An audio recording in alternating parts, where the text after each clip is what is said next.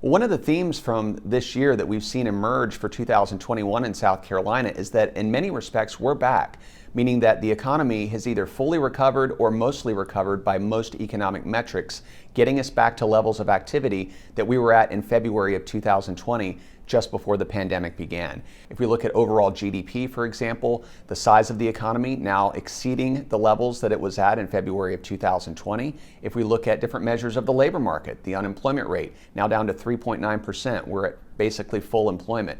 Unemployment insurance claims back down to pre-pandemic levels. Wage growth very strong in 2021. So all of these metrics point to either full recovery or nearly full recovery, which basically means in 2022 we expect to be able to push play on the economic expansion that we were experiencing going into 2020. That great expansion that lasted a decade long, we paused it because of the pandemic, and we're ready to hit play and move forward again next year.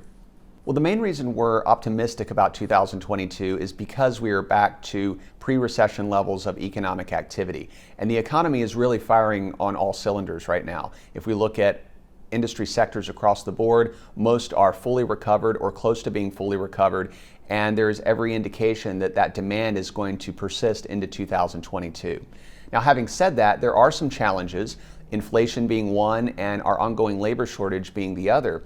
With respect to inflation, that's having real implications for South Carolinians. We estimate that about 40% of the state's workforce has actually lost purchasing power due to rising prices over the last year. And that's a real challenge for South Carolina. It's a real implication for individuals in South Carolina, and that's likely to persist into 2022.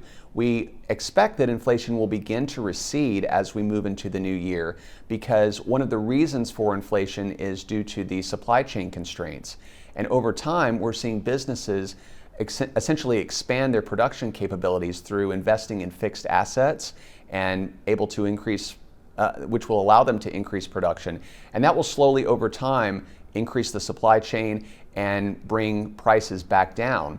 However, the labor shortage on the flip side of that will continue to be a challenge for South Carolina. And as long as workers are in short supply, that will increase wages.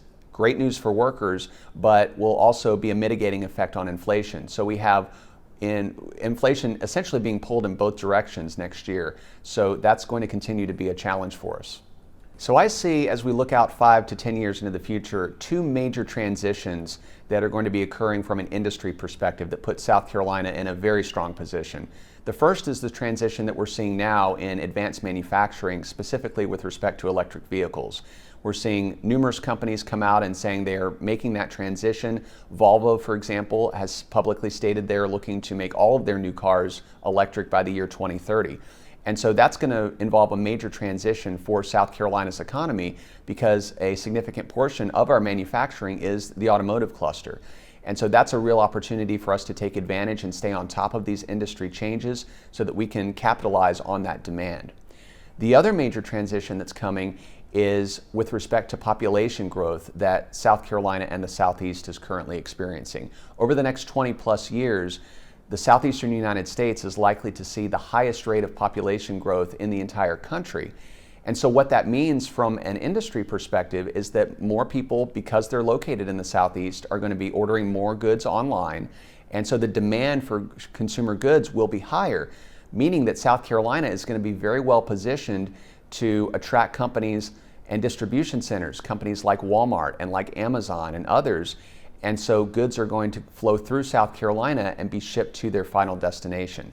And so that's a real opportunity for our logistics sector, because that demand is going to be so high. So South Carolina can take advantage of both industries and the growth in both industries, but we have to be proactive in order to capitalize on that opportunity.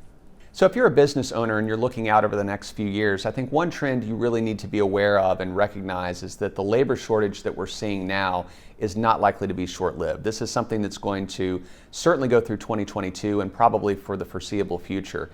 And so that makes a difference when you're looking at long-term plans. Businesses have to be ready to be flexible. They need to be prepared to raise wages, to provide more benefits to employees, and to get creative.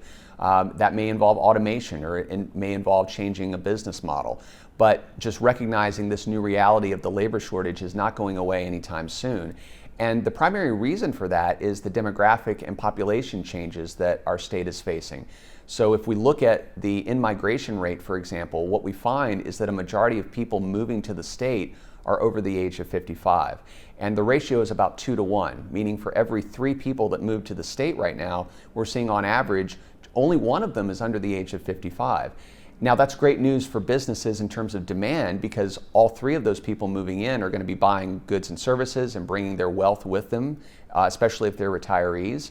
But the bad news is if only one of them is under the age of 55, that means only one of them is likely to be working, or at least working for a significant period going into the future. So that's one example of multiple metrics that we see where we're going to see an exacerbation of this labor shortage. And so businesses just have to be prepared for this, that this is a long-term phenomenon. It's not just COVID related.